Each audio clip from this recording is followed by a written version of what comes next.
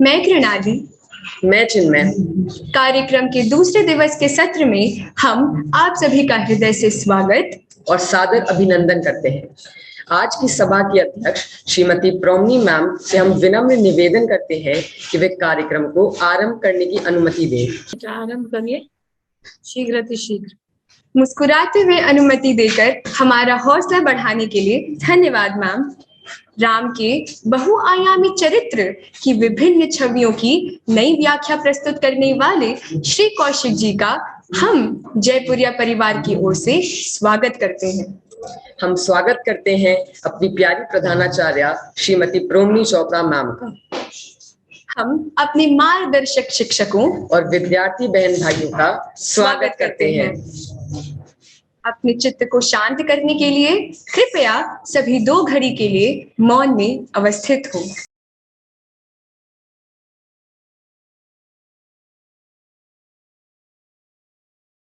कैसा संयोग है। विद्वानों का मानना है कि दैनिक समाचार पत्र भारत में यह कविता 26 अक्टूबर 1936 को प्रज्वलित हुई थी और आज भी 26 अक्टूबर ही है। कृणाली, सच में निराला संयोग है। तो वातावरण को राम की शक्ति पूजा में बनाने के लिए हम क्यों ना कविता का एक अंश सुन लें। बहुत सुंदर प्रस्ताव है चिन्मय। मैं अपने सीनियर हर्षनाथ झा को इस कविता की भावमयी प्रस्तुति के लिए आमंत्रित करती हूँ। नमस्कार, मैं हर्षनाथ झा आपके समक्ष राम की शक्ति पूजा की कुछ चुनी हुई पंक्तियां प्रस्तुत करता हूँ। बैठे रघुकुल मणि श्वेत शिला पर, बैठे रघुकुल मणि श्वेत शिला पर, निर्मल जल ले आए कर पद शालनार्थ पटु हनुमान। बैठे रघुकुल मणि श्वेत शिला पर, निर्मल जल ले आए कर पद शालनार्थ पटु हनुमान। अन्य वीर सर के गए तीर, अन्य वीर सर के गए तीर, संध्या विधान। वंदना ईश की करने को, वंदना ईश की करने को लौटे सत्वर। सब घेर राम को, सब घेर राम को, बैठी आज्ञा को तत्पर। पीछे लक्ष्मण, सामने विभीषण भल्ल धीर। सुग्रीव प्रांत पर पदम के महावीर। यूथपति अन्य जो यथास्थान ही निर्मेश, यूथपति अन्य जो यथास्थान ही निर्मेश। देखते राम का जित सरोज मुख श्याम देश। है अमानिशा उगलता गगन घन अंधकार, है अमानिशा उगलता गगन घन अंधकार। खो रहा दिशा का ज्ञान, स्तब्ध है पवनचार। खो रहा दिशा का ज्ञान, स्तब्ध है पवनचार। अप्रतिहत गरज रहा पीछे अंबुधि विशाल, अप्रतिहत गरज रहा पीछे अंबुधि विशाल। भूधर जो ध्यान मग्न केवल जलती मशाल, भूधर जो ध्यान मग्न केवल जलती मशाल। धन्यवाद। इतनी सुंदर प्रस्तुति के लिए धन्यवाद हर्षनाथ भैया। मित्रों, कल कौशिक जी के सत्र में जीवन को दिशा दिखाने वाली सुक्तियों की मानो बारिश सी हो रही थी। मैं तो सुनने में खो गया था। कृणाली, क्या तुम कुछ सुक्तियां याद दिला सकती हो? हाँ चिन्मय, श्री कौशिक जी ने कहा कि जैसे एक ईंट पर दूसरी ईंट सजाते हुए भवन बनाते हैं, वैसे ही अपने व्यक्तित्व का निर्माण करो। और यह सुंदर पंक्ति कि राम जब इंसान बन सकते हैं तो हम इंसान राम क्यों नहीं बन सकते। आपने हमें बताया जब जीवन में साधनों की कमी हो तो उस कमी को साधनों से पूर्ण करो। श्री कौशिक जी ने हमें पिछले सत्र में याद दिलाया कि हिंदी साहित्य के खजाने में रामधारी सिंह दिनकर की रश्मि रथी जैसे अनमोल रत्न हैं। और इसी कड़ी में आज दूसरे सत्र में हम सुनते हैं राम की शक्ति पूजा पर श्री कौशिक जी का वक्तव्य। हम बहुत आदर और प्रेम के साथ उन्हें आमंत्रित करते हैं। बहुत बहुत धन्यवाद प्यारे बच्चों। बहुत अच्छा आपने इस पूरे कार्यक्रम की एक भूमिका बनाई। बहुत बहुत धन्यवाद अंजलि मैम, प्रोमिनी मैम, पूरा जयपुरिया परिवार। बहुत बहुत धन्यवाद हर्ष, जिसने बहुत अच्छी कविता पढ़ के इस कार्यक्रम को एक दिशा दी।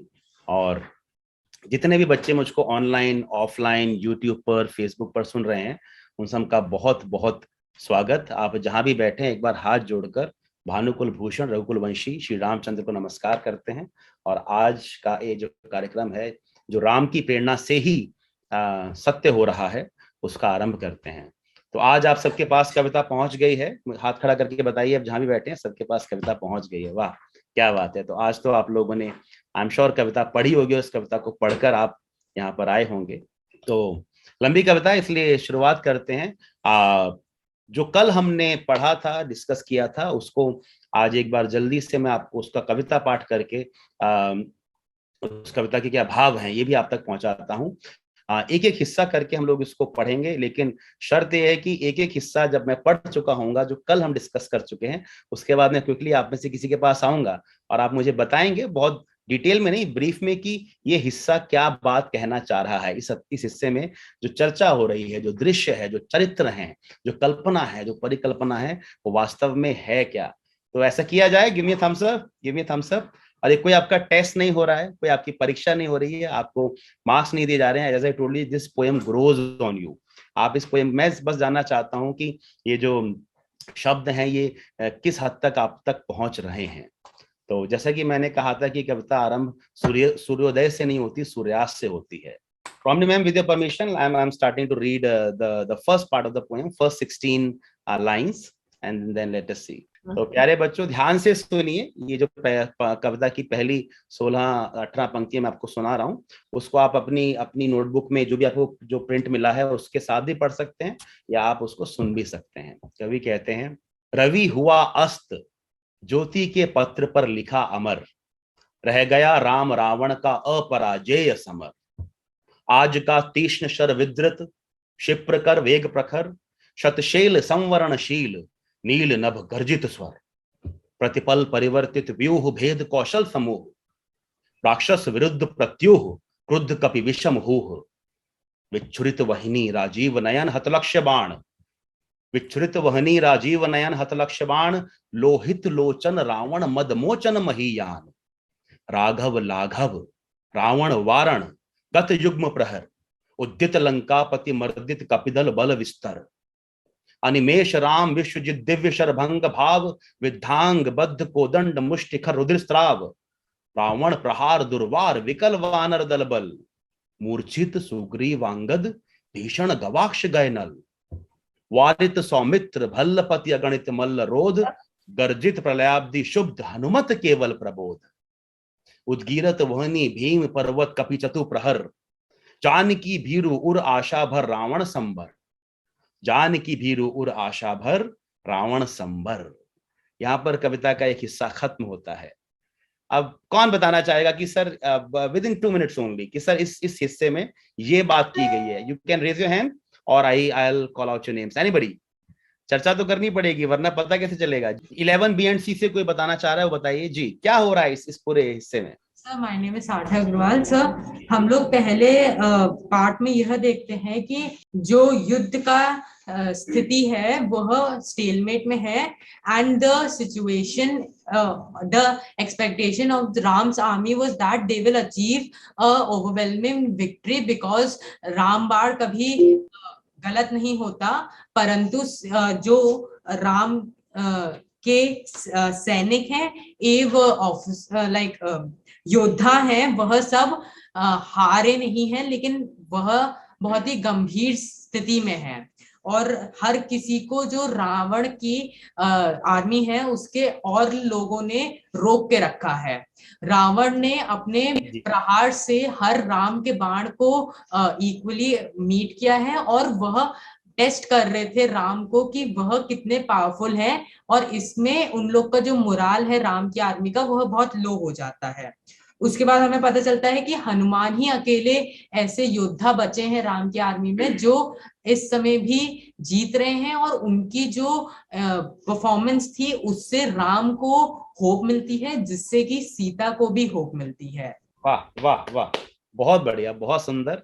चलिए, अब तसल्ली हो गई कि मेरे शब्द आप तक पहुंच रहे हैं और आप लोग बड़े ध्यान से सुन रहे हैं। बहुत बढ़िया। क्या नाम बताया बेटा आपने अपना? सर, सार्थक अग्रवाल जी। सार्थक के लिए आप लोग जहां ही बैठे एक बार तालियां बजा दीजिए। अगर ऐसे ही आप ध्यान से सुनते रहे तो आनंद आ जाएगा। वाह, बिल्कुल ठीक का सार्थक, हमको बिल्कुल भी डेकोरेटेड वर्ड्स इस्तेमाल करने की जरूरत नहीं है। सिंपल सी बात है कि राम रावण के सामने खड़े नहीं हो पाए, ये वास्तविकता है, इसको स्वीकार लेते हैं इस पोयम के हिसाब से, क्योंकि जब तक हम हार स्वीकार नहीं करेंगे हमको जीत के माने समझ नहीं आएंगे। राम के पास रावण के किसी प्रहार का कोई जवाब नहीं था, जबकि रावण के पास राम जी के हर प्रहार का जवाब था। सर आपने सर कल एक प्रश्न पूछा था, मैं रात भर से उसी प्रश्न के बारे में सोच रहा हूँ। भगवान राम जब पहली बार उनका राम रावण युद्ध होता है तो पहले युद्ध में भगवान राम पराजित होते हैं, उनके शरीर से खून बह रहा है, राम बाण पहली बार व्यर्थ हुआ है, वो अपने लक्ष्य को नहीं पा पाया है। तो क्या भगवान राम ओवर कॉन्फिडेंट हो गए थे या फिर उन्होंने रावण को अंडर एस्टिमेट कर लिया था? तो मतलब मैंने बहुत सोचा इस प्रश्न के बारे में, तो जो उत्तर मेरे को लगता है मैं वो देना चाहूंगा। स्वागत है। सर मेरा ऐसा मानना है कि यह बात सिद्ध है कि रावण परम ज्ञानी था, वो बहुत शक्तिशाली था और वो त्रिलोक विजयी भी था, परंतु रावण के जो पतन का एकमात्र कारण था उसका घमंड, उसका आलस्य, उसके अंदर जो बुराइयां थी। यही जो आलस्य था उसके कारण उसका जो पराक्रम था उसने आज तक कभी दिखाया ही नहीं था, उसने कभी उसको जग जाहिर ही नहीं किया था, उसको कभी आवश्यकता ही नहीं पड़ी। उसके पुत्र, उसके भाई, उसकी सेना इतनी विशाल थी, इतनी शक्तिशाली थी कि उसे कभी आवश्यकता ही नहीं पड़ी कि वे सामने आके लड़ें। तो जब पहली बार ऐसा होता है कि रावण को खुद युद्ध में आना पड़ता है तो उसका कौशल पता चलता है कि वो कितना महान योद्धा है। और दूसरी चीज सर ये कि रावण के लिए उस दिन जीवन मरण का प्रश्न था। जब रावण पहली बार युद्ध के लिए अपने महल से निकलता है तो वो अपने परिवार को यह बता के जाता है कि अगर मैं जीत गया तो जैसी बात, अगर मैं हार भी गया तो आपको यह सोचना चाहिए कि मुझे मारने स्वयं भगवान आए थे। तो उसके लिए वो जीवन मरण का प्रश्न था। तो उसके पास जितना भी था रावण ने वो सब उसने लगाया और किसी को पता ही नहीं था कि वो उसके पास ये शक्तियां हैं, इसलिए पहले दिन का युद्ध भगवान राम हारते हैं। वाह क्या बात है जयेश, इस चर्चा की सबसे बड़ी उपलब्धि यह है कि तुमने सोचा प्रश्न के बारे में, उस प्रश्न ने तुमको रात भर परेशान किया, और जब हमारे आसपास के प्रश्न हमको रातों रात जगाने लगे, उत्तर मिले ना मिले, सही उत्तर तो कुछ होता ही नहीं, मगर आप अपने अंदर जागृत हो जाते हैं। तो जयेश के लिए बहुत जोरदार तालियां, और कितना सुंदर उसने एक इंटरप्रिटेशन निकाला कि यहाँ भी शक्ति राम की ही है, कि राम की शक्ति को साधने के लिए ही रावण को अपने अंदर इतना बड़ा पराक्रम जागृत करना पड़ा, और तब उसको पता चला कि मैं तो वाकई में इतना पराक्रमी हूँ। तो ये जयेश की मैं वाक्पटुता का कायल हो गया कि यहाँ पर भी उसने तारीफ राम की ही कर दी, कि रावण को भी इंस्पायर राम ने ही किया। क्या बात है, बहुत बढ़िया। चलिए अब अगले हिस्से पर बढ़ते हैं, पढ़िए ध्यान से, सुनिए। जब ये सब हो गया तो क्या हुआ अंजलि मैम, अब कैसे लौटे घर पर? लौटे युगदल राक्षस पदतल पृथ्वी टलमल, लौटे युगदल राक्षस पदतल पृथ्वी टलमल, विद महोल्लास से बार बार आकाश विकल। वानर वहनी खिन्न लख निजपति चरण चिन्ह, चल रही शिविर की ओर स्थविर दल ज्यों विभिन्न। प्रशमित है वातावरण, नमित मुख सांध्य कमल, लक्ष्मण चिंता पल पीछे वानर वीर सकल। रघुनायक आगे अवनी पर नवनीत चरण, श्रत धनु गुण है कटिबंध त्रस्त तूणीर धरण। दृढ़ जटा मुकुट हो विपर्यस्त प्रतिलट से खुल, फैला पृष्ठ पर बाहुओं पर वृक्ष पर विपुल। उतरा जो दुर्गम पर्वत पर नैशांधकार, चमकती दूर ताराएं त्यों हो कहीं पार। ये एक और हिस्सा खत्म हुआ, कुछ एक बड़ा पेंटिंग सी बना दी हमारे कविराज ने, महाप्राण ने। कौन क्विकली बताएगा इस पेंटिंग के बारे में, क्या क्या चित्र बना दिया एकदम से अचानक से, क्विकली? जब राक्षस वापस लौट रहे हैं तो वो इतने खुश हो रहे हैं कि आकाश भी विकल्प हो रहा है, शाम का कमल हो गया है राम की सेना का। और इसका वर्णन सर ने बताया था कि बांग्ला रामायण में भी किया गया है। युद्ध के बाद राम के भूल गए हैं तो कवि को यह याद आया है कि पर्वत पर जैसे फैलता है अंधेरा वैसे ही उनका दृश्य हो गया है जी। सब बाकी सब और लक्ष्मण बाकी सब आकर पूछ रहे हैं राम से कि अब करना क्या है। फिर हनुमान राम के लिए पानी लेकर आए हैं और उनके हाथ पैर धुलवाए हैं। अभी वहां नहीं पहुंचे बेटा, अभी वहां नहीं पहुंचे ध्यान से सुनिए, मैं कितना पढ़ रहा हूँ, अभी वो आएगा, वहां पहुंचेंगे अभी। बहुत अच्छा बताया आपने, बहुत अच्छा बताया बेटा। आई एम हैप्पी कि आप लोग ध्यान से सुन रहे हैं, एंड जितने भी शिष्य और जितने भी टीचर और मैम सुन रहे हैं यहाँ पे, लेट अस अप्रिशिएट द उपमा जो सिमिली बनाई है।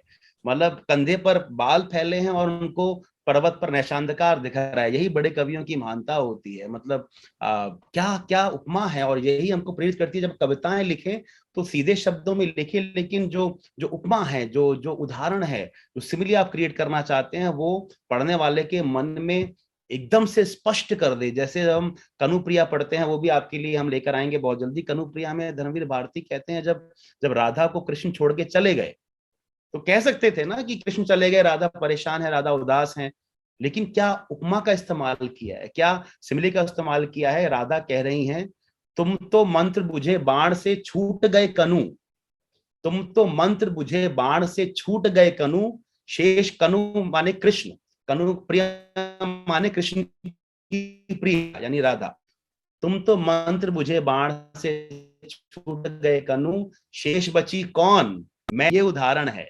ये उपमा है जो कवि ने इस्तेमाल करी। सिमिलरली यहीं पर कवि इस्तेमाल कर रहे हैं एक पर्वत पर फैले नैशांधकार की उपमा। चलिए आगे बढ़ते हैं, आगे बढ़ते हैं। इसके बाद क्या हुआ? इसके बाद ये हुआ, आए सब शिविर सानु पर पर्वत के मंथर, सुग्रीव विभीषण जाम्बवान अधिक वानर, सेनापति दल विशेष के अंगद हनुमान, नल नील गवाक्ष प्रात के रण का समाधान, करने के लिए फेर वानल दल आश्रम स्थल, बैठे रघुकुल मणि श्वेत शिला पर निर्मल जल, ले आए करपद शाल नाथ पटु हनुमान, अन्य वीर सर के गए तीर संध्या विधान, वंदना ईश की करने को लौटे सत्वर, सब घेर राम को बैठे आज्ञा को तत्पर, पीछे लक्ष्मण सामने विभीषण भल्ल धीर, सुग्रीव पंथ पर पद पद्म के महावीर, यूथपति अन्य जो यथा स्थान हो निर्निमेश, देखते राम का जित सरोज मुख श्याम देश, है अमा निशा उगलता गगन घन अंधकार, खो रहा दिशा का ज्ञान स्तब्ध है पवन चार, और प्रतिहत गरज रहा पीछे अम्बुदे विशाल, भूधर जो ध्यान मग्न केवल जलती मशाल, स्थिर राघवेंद्र को हिला रहा फिर संशय, रह उठता जग जीवन में रावण जय भय, जो नहीं हुआ है आज तक, जो नहीं हुआ है आज तक हृदय रिपुदम में श्रांत, एक भी अयुत लक्ष्य में रहा जो दुराक्रांत, कल लड़ने को हो रहा विकल वो बार बार, कल लड़ने को हो रहा वो विकल बार बार, असमर्थ मानता मन उद्यत हो हार हार। प्रश्न पूछ रहे हैं कवि, राम का मन विकल हो रहा है जी। क्विकली कौन बताएगा? यहां तक कल हम फिनिश कर चुके हैं, फिर आगे बढ़ते हैं। एक बार मुझे बता दीजिए, अब सुनते हैं 11th स्टैंडर्ड से कोई है क्या? मुझे दिख नहीं रहा है सर। जैसे कि आपने बताया था कि मतलब युद्ध खत्म होने के बाद फिर सब आके अपने शिविर में लौटे हैं, और जो भी सुग्रीव जाम्बान जो भी वानर हैं सब आके अपने शिविर के तरफ प्रस्थान कर रहे हैं। फिर जो सेनापति हैं अंगद हनुमान नल नील सब जाके गए, पर सबके मन में ये चिंता है कि प्रात के युद्ध का हम समाधान कैसे करेंगे। फिर उसके बाद जब श्री राम निकलते हैं तो वो एक श्वेत शिला पे संयम के साथ बैठ जाते हैं और उनको निर्मल जल अर्पित किया जाता है। पर तभी सब उनकी तरफ उनको एक घेरे में बैठ जाते हैं आज्ञा लेने के लिए कि अब श्री राम क्या बोलेंगे। तो फिर जैसा कि इसमें बताया गया है, सबसे पीछे लक्ष्मण, उसके आगे विभीषण, फिर भल्लधीर जो जाम्बान है, उसके बाद सुग्रीव और बाकी महावीर, और जैसा कि युद्धपति हनुमान जी का स्थान श्री राम के चरणों में ही है। और फिर कवि कहते हैं कैसे 5 तत्वों ने धीरे धीरे करके श्री राम जी का साथ छोड़ना शुरू कर दिया। जैसे कि गगन घन अंधकार, मतलब आकाश भी अब अंधकार से ढल गया, और पवन जो है स्तब्ध रह गई, रुक गई, एक पत्ता भी नहीं हिल रहा था। वैसे ही पीछे जो अम्बुधि था, पीछे जो समुद्र था, उसका पानी भी गरजने लगा, और बार बार रह उठता जगजीवन में रावण जय भय। राम जी को ये डर लगने लगा कि कहीं रावण जीत तो नहीं जाएगा, कहीं मैं हार ना जाऊं। तो जिसका बाण आज तक कभी चूका नहीं, वो खुद डरने लगा कि कहीं मैं रावण से कल हार ना जाऊं। यहाँ तक। वाह, बहुत अच्छा बताया आपने, बहुत अच्छा बताया, आनंद आ गया। आप एक एक शब्द को समझ रहे हैं। सार्थक के लिए एक बार क्लैपिंग कर देते हैं जी। यहाँ तक बहुत अच्छा सफर गुजरा। अब इसको आगे बढ़ाते हैं, और आप देखिए जो कहते हैं कि कवि की कल्पना कहाँ तक जा सकती है। प्रॉमिनी मैम, एक अंग्रेजी में एक मुहावरा है, एक वाक्य है, उसका हिंदी तर्जुमा ये है कि बहुत मेहनत, बहुत आविष्कार, बहुत अनुसंधान करके एक वैज्ञानिक, एक साइंटिस्ट एक बहुत ऊंचे पर्वत पर चढ़ा, बहुत मेहनत, बहुत अनुसंधान, बहुत आविष्कार, बहुत इक्विपमेंट का इस्तेमाल करके एक वैज्ञानिक या एक उद्योगपति बहुत ऊंचे पर्वत पर आखिर चढ़ा, और चढ़ा देकर क्या पाया कि वहां पहले ही एक कवि के पद चिन्ह हैं। एक कवि वहां पहले ही पहुंच चुका है। जिस काम को करने के लिए तुमने इतने अनुसंधान किए, इतने आविष्कार किए, इतना धन संचय किया, वहां तो पहले ही कवि छाप छोड़ चुका है। तो कहते हैं ना, जहां ना पहुंचे रवि वहां पहुंचे कवि। तो यहाँ पर देखिए, इतना इस अब तक जो हो रहा था उसमें इतना रौद्र है, रौद्र रस है, वीर रस है, विभत्स रस भी है, इस सब के बीच करुणा रस भी है। लेकिन यहाँ पर कवि किसको लेकर आ गए? श्रृंगार रस को लेकर आ गए। ऐसे महनीय कवि सिर्फ देश में ही हुए हैं कि सब कुछ सब आसपास बैठे हैं, सोच रहे हैं कि राम क्या बोलेंगे, राम श्वेत शिला पर बैठे हैं, आंखें मंद हैं, और इस सब हाहाकार, इस त्राही त्राही के बीच राम को क्या याद आ रहा है? सुनते हैं क्या याद आ रहा है।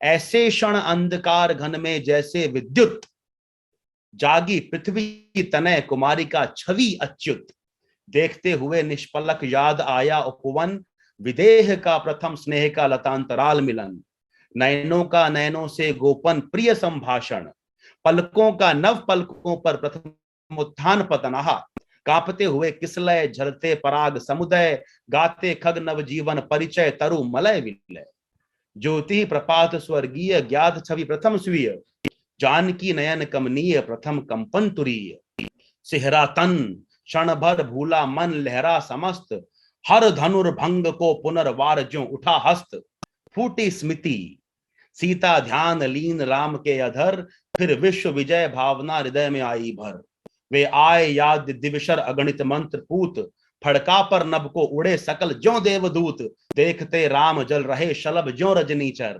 ताड़का सुबाहु विराद त्रिशरा दूपण खर। यहाँ कवि ने मतलब कविता की पराकाष्ठा की सारी सीमाएं लांग दी।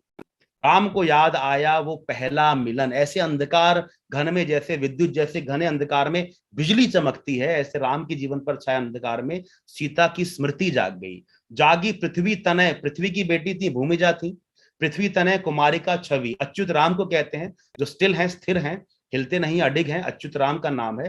तो पृथ्वी की बेटी सीता की छवि आ गई किसके मन में? अच्युत के मन में। देख बिना पलक झपकाए वो उपवन याद आया। वो कौन सा उपवन याद आया? कहाँ का? विदेह का। विदेह माने मिथिला। विदेह का उपवन याद आया। प्रथम स्नेह का लतांतरा, वहां उपवन था, बाग था, जो लटाएं लटकी थी पेड़ों की, उनके बीच से राम ने सीता को देखा, सीता ने राम को देखा। तो लतांतराल मिनल, नैनों से नैनों का गोपन प्रिय संभाषण, आंखों आंखों में बात हुई थी सीता और राम की, और राम को पूरा फ्लैशबैक लाइव टेलीकास्ट दिख रहा है। पलकों का नव पलकों पर प्रथम उत्थान पतन, उत्थान पतन माने झुकना और उठना, शर्म से नजर झुक जाती है, फिर उत्सुकतावश उठ जाती है, उत्थान पतन।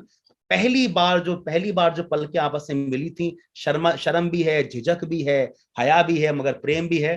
तो पलकें झुक भी रही हैं, पलकें उठ भी रही हैं। ये राम और सीता के बीच संवाद पलकों से चल रहा है।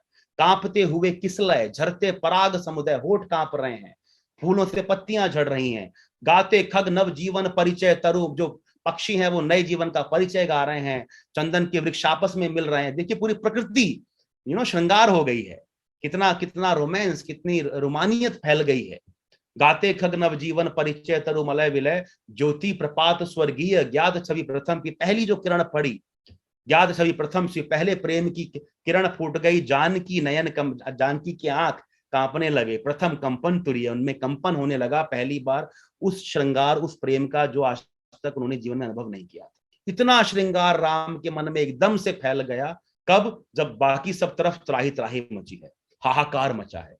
लेकिन इस प्रेम ने राम को एक प्रेरणा दी। इसीलिए कहते हैं the way love can inspire nothing else can inspire.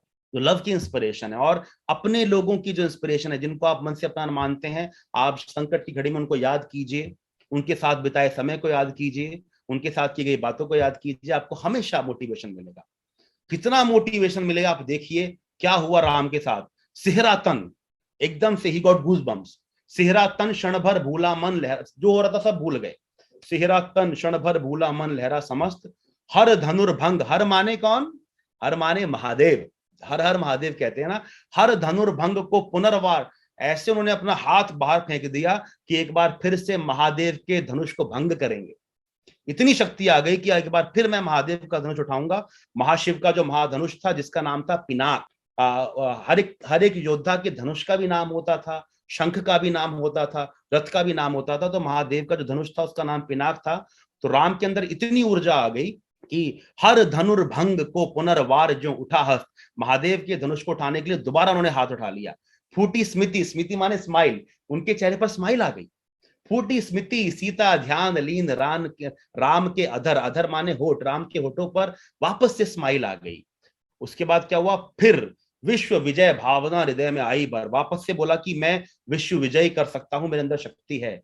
वो आए याद दिव्य शर अगणित मंत्रभूत, पिछले इतने वर्षों में जो भी उन्होंने दिव्य शस्त्र छोड़े हैं, बाण छोड़े हैं, मंत्रों को बांध के छोड़ा है, सब उनको याद आ गया।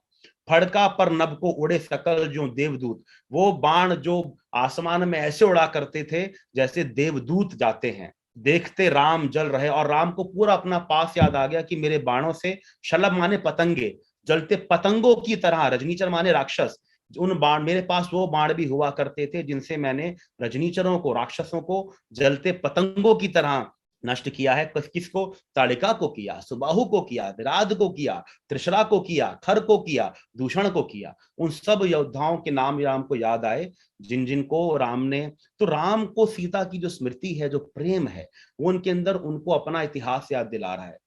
प्रोमिनी मैम, रॉबिन शर्मा की एक बहुत अच्छी किताब है who will cry when you die, बड़ी मोटिवेशनल बुक है। उसमें एक चैप्टर है honour your past, honour your past, कि जब भी आप संकट की घड़ी में हो, आप डिजेक्टेड फील करें, डिप्रेस फील करें, अपने इतिहास को याद कीजिए। हर एक ने अपने इतिहास में कुछ ना कुछ अवश्य किया है, आपने किया है, आपके पूर्वजों ने किया है, आपका स्वयं का इतिहास आपको प्रेरणा देगा। तो यहाँ पर राम के मन में जागी सीता की स्मृति, राम को राम का इतिहास याद करा रही है। तो this is one thing which you all must remember, never forget your past. हम अपने इतिहास से नहीं कट सकते, श्रद्धा मैम, याद रखना ही पड़ेगा। अंजलि मैम, इसीलिए गीता में कृष्ण भगवान ने अर्जुन को कम से कम 40 बार से ज्यादा पार्थ कहा है। क्यों पार्थ कहा है? पार्थ माने पृथा का बेटा। वो अर्जुन को, पृथा माने कुंती, वो अर्जुन को उसका इतिहास याद दिला रहे हैं कि अरे भाई, तुम पृथा के बेटे हो, तुम कुंती के बेटे हो। कुंती महातपस्विनी, महात्यागिनी, महायोगिनी। अपने इतिहास को याद करो, उस इतिहास को याद करोगे तो आपके अंदर ऊर्जा का संचार होगा। तो जब राम के अंदर ये सारी बातें हुई, लेकिन फिर एक बिजली कौन दी, फिर एक बिजली कौन दी, उनको फिर से याद आ गया कि युद्ध में मैंने आज क्या देखा। युद्ध में क्या देखा? आगे कवि कहते हैं, फिर देखी भीमा मूर्ति आज रणदेवी जो, फिर देखी भीमा मूर्ति आज रणदेवी जो, आच्छादित किए हुए सम्मुख समग्र नभ को, ज्योतिर्मय अस्त्र सकल बुझ बुझ कर हुए क्षीण, पा महानिलय उस तन के क्षण में हुए लीन, लख शंका कुल हो गए अतुल बल शेष शयन, खिंच गए दरगों में सीता के राममय नयन, फिर सुना हंस रहा अट्टहास रावण खल खल, भावित नयनों से सजल गिरे दो मुक्तादन। इस पूरे श्रृंगार, इस पूरे वीर रस के बीच अचानक से भय रस का, भयानक रस का एक एंट्री हो गई। अब राम को अचानक से उन्होंने जो रण में एक भीमा मूर्ति देखी है, जो एक पराक्रमी फिगर देखा है, पराक्रमी आकार देखा है, एक रणदेवी देखी है। कितनी वो रणदेवी ऐसी है जो पूरे नभ के सामने ऐसे खड़ी होकर, जिसने पूरे आकाश को ढक लिया है, आच्छादित किए हुए सम्मुख समग्र नभ को, नभ के आकाश के सामने देखकर पूरे नभ को छुपा लिया है। और फिर क्या हुआ? जितने भी मैंने अग्नि बाण छोड़े, जितने भी बड़े बड़े बाण छोड़े, सब उसमें समाकर बुझ गए। ज्योतिर्मय अस्त्र सकल बुझ बुझ कर हुए क्षीण। जितने भी अस्त्र, बच्चों यहाँ पर ये ध्यान देते रहो, हाँ, जो दो तरह के हथियार होते हैं, शस्त्र और अस्त्र। यहाँ पर राम ने अस्त्र की बात कही, अंतर वो होता है, शस्त्र वो होता है जो आप अपने शरीर से पकड़ के लड़ते हैं, जैसे गदा एक शस्त्र है, तलवार एक शस्त्र है। अस्त्र वो होता है जो आप फेंक के मारते हैं, जो उड़ के जाता है या फेंक के मारा जाता है, वो वहां जाकर वार करता है, उसमें खाली आपको गति देनी होती है। तलवार में आपको उसको पकड़ के वार करना होता है। तो राम ने अस्त्र छोड़े, ज्योतिर्मय अस्त्र छोड़े, बाण फेंके, लेकिन वो बाण क्या हुए? बुझ बुझ कर हुए क्षीण। उस अग्नि में जाकर वो बाण बुझ गए। पा महानिलय उस तन में क्षण में हुए लीन, उसमें समा गए, लौटकर ही नहीं आए, ना वहां नुकसान किया ना लौट कर आए, बाण खत्म हो गए। लख शंकाकुल हो गए अतुल बल शेष शयन। अब यहाँ पर किसी ने पूछा था कि राम को पता था कि वो भगवान है, उनको पता कि नहीं पता, कवि को पता है, वो उनको बोल रहे हैं शेष शयन, यानी शेषनाग की शैया पर सोने वाले। वो कौन है? महाविष्णु है, यानी राम। लख शंकाकुल, ये सब देखकर अपने मन में शंका में भर गए अतुल बल, अतुलनीय बल वाले महाविष्णु। खिंच गए द्रगों में सीता के राममय नयन। यहाँ पे आप इसको समझिए, बहुत अच्छी वर्ड्स हैं। द्रगों में सीता के राममय नयन, राम के द्रगों में, राम के नेत्रों में सीता के नेत्र आए और सीता के नेत्रों में राम है, राममय नयन। राम की आंखों में सीता, सीता की आंखों में राम, राम की आंखों में सीता, सीता की आंखों में राम। फिर सुना हंस रहा अट्टहास रावण कल कल, और फिर उनको रावण का वो उद्घोष सुनाई दिया, भीषण उद्घोष। किस प्रकार रावण राम के बाणों को काटकर हंस रहा था। और इसमें क्या हुआ? भावित नयनों से सजल गिरे दो मुक्तादल। आखिरकार उन आंखों से, उन भाव भरी आंखों से दो आंसू के बूंद गिर ही गए। यहाँ हमारे राम रो रहे हैं, ये वो राम है जो रोते हैं। और मैम यहाँ तो इतनी ही बात है, रो रहे हैं। अगर आप कृतिवास रामायण पढ़ें, वहां राम बहुत बार रोए हैं, और सिर्फ ऐसे नहीं, मिट्टी में लोट लोट कर रोए हैं, जमीन में गिरकर रोए हैं, बहुत बार रोए हैं। तो यहाँ पर उनकी आंखों से आंसू गिर रहे हैं। और कल हमने आपको बताया था राम क्यों रो रहे हैं। क्या राम इसलिए रो रहे हैं कि मैं सीता को नहीं पा पाऊंगा? राम इसलिए रो रहे हैं कि मैं युद्ध हार जाऊंगा?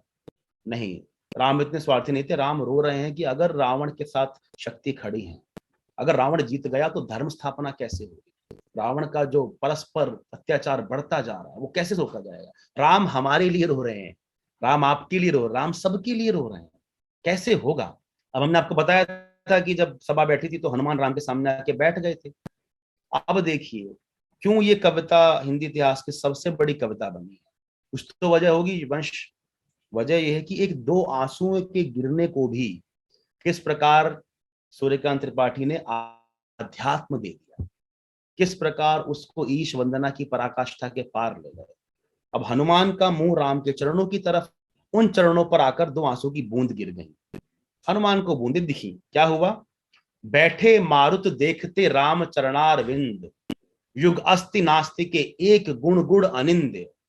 साधना मध्य भी साम्य, वामा कर दक्षिण पद, दक्षिण कर तल पर वाम चरण, कपिवर गदगद गद। पासत्य सच्चिदानंद रूप विश्राम धाम, जपते सभक्ति अजपा विभक्ति हो राम राम। आहा, जपते सभक्ति अजपा विभक्ति हो राम राम। युग चरणों पर आ पड़े अस्तु वे अश्रु युगल, देखा कपिने चमके नभ में ज्यों तारा दल। ये नहीं चरण राम के बने श्यामा के शुभ, सोहोते मध्य में हीरक युग या दो कौस्तुभ।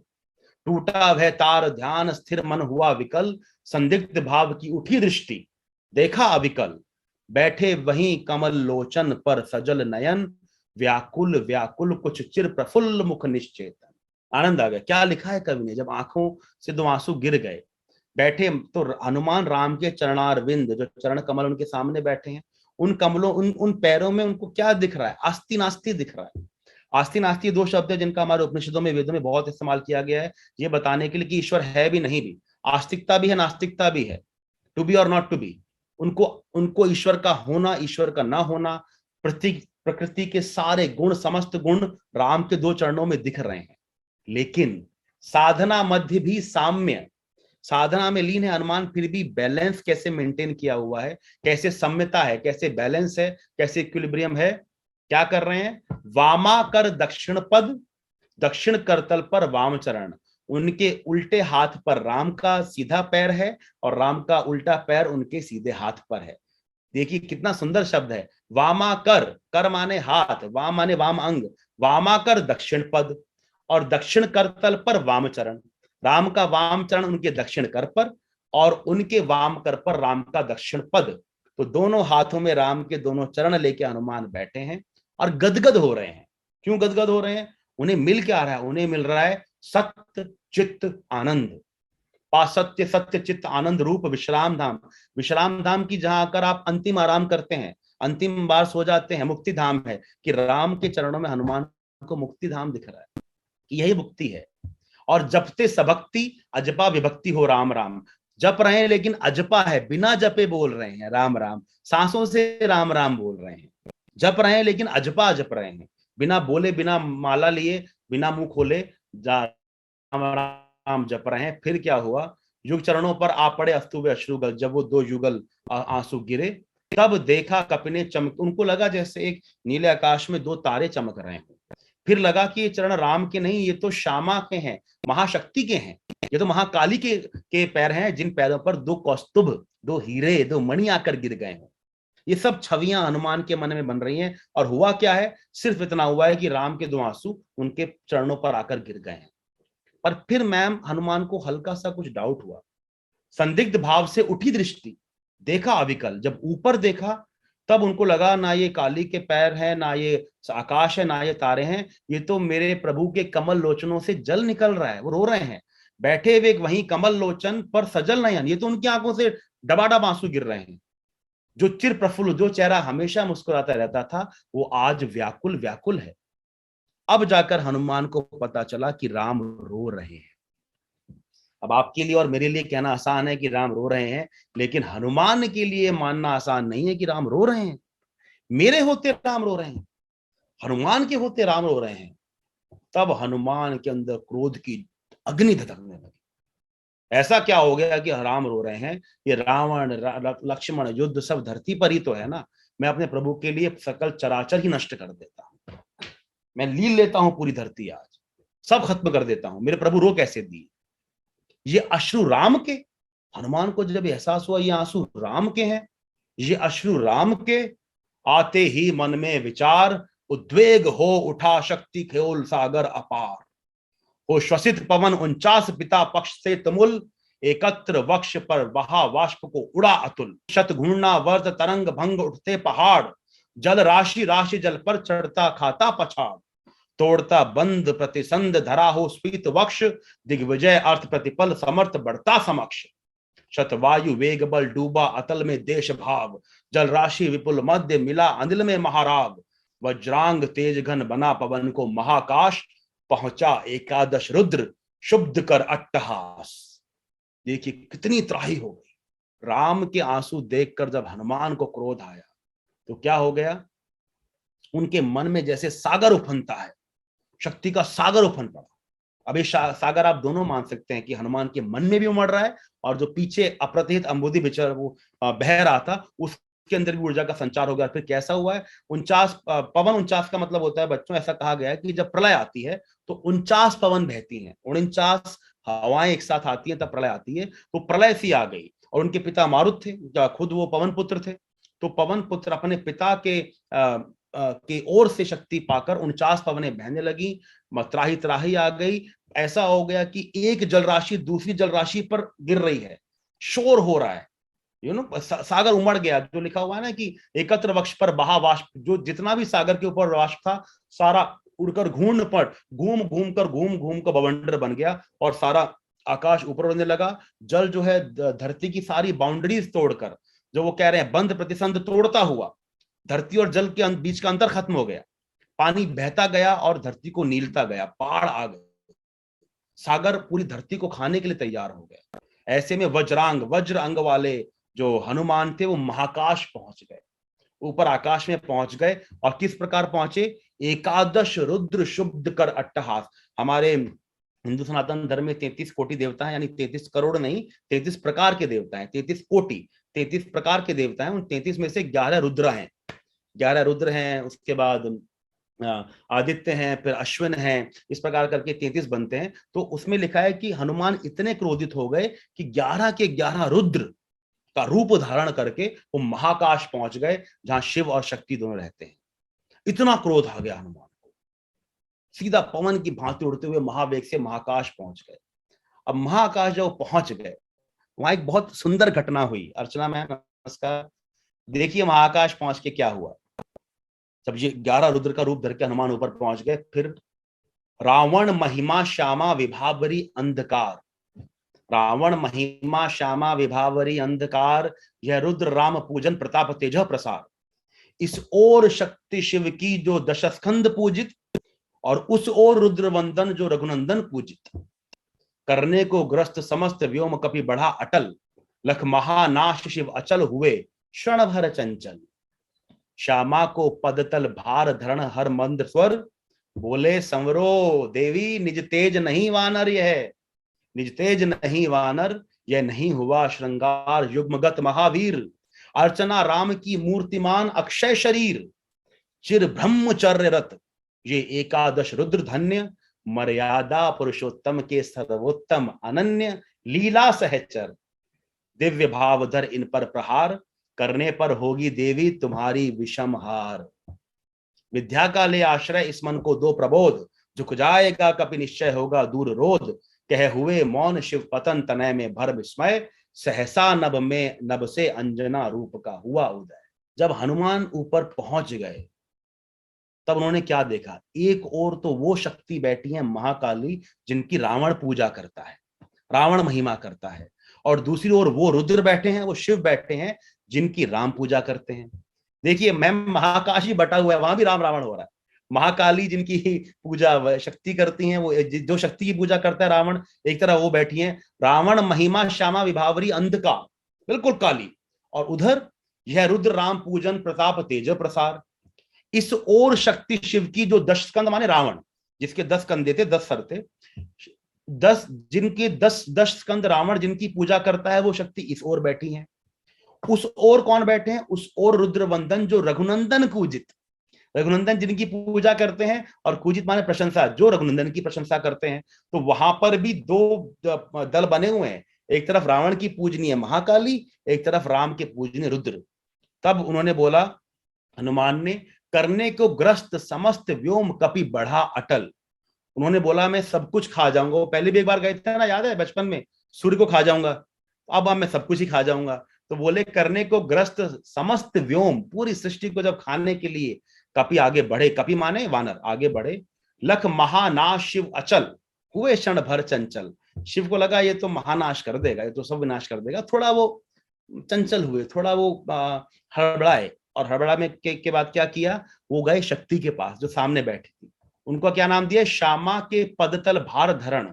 यानी जब वो आपकी इमेज याद है ना, जब महादेव नीचे लेटे हैं, काली का पैर उनके ऊपर है, और वो काली अपने बिल्कुल मर्दन रूप में है, तो उसी की बात कर रहे हैं कि काली के पद के भार को धरने वाले शिव, जो अपनी छाती पर महाकाली के पद के भार को रख लेते हैं, मंद्र स्वर, धीमे स्वर में शक्ति से बोले।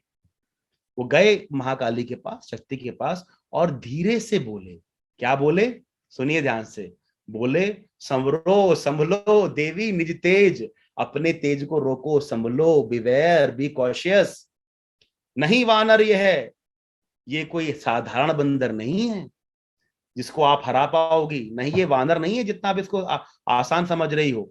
ये वो वानर है जो नहीं हुआ श्रृंगार युग्मगत, आज तक जीवन भर ये किसी नारी की ओर आकर्षित नहीं हुआ है। इसके पास निश्चय का बल है, इसके पास अपने आप को कंट्रोल करने की शक्ति है, संयम है इसके पास।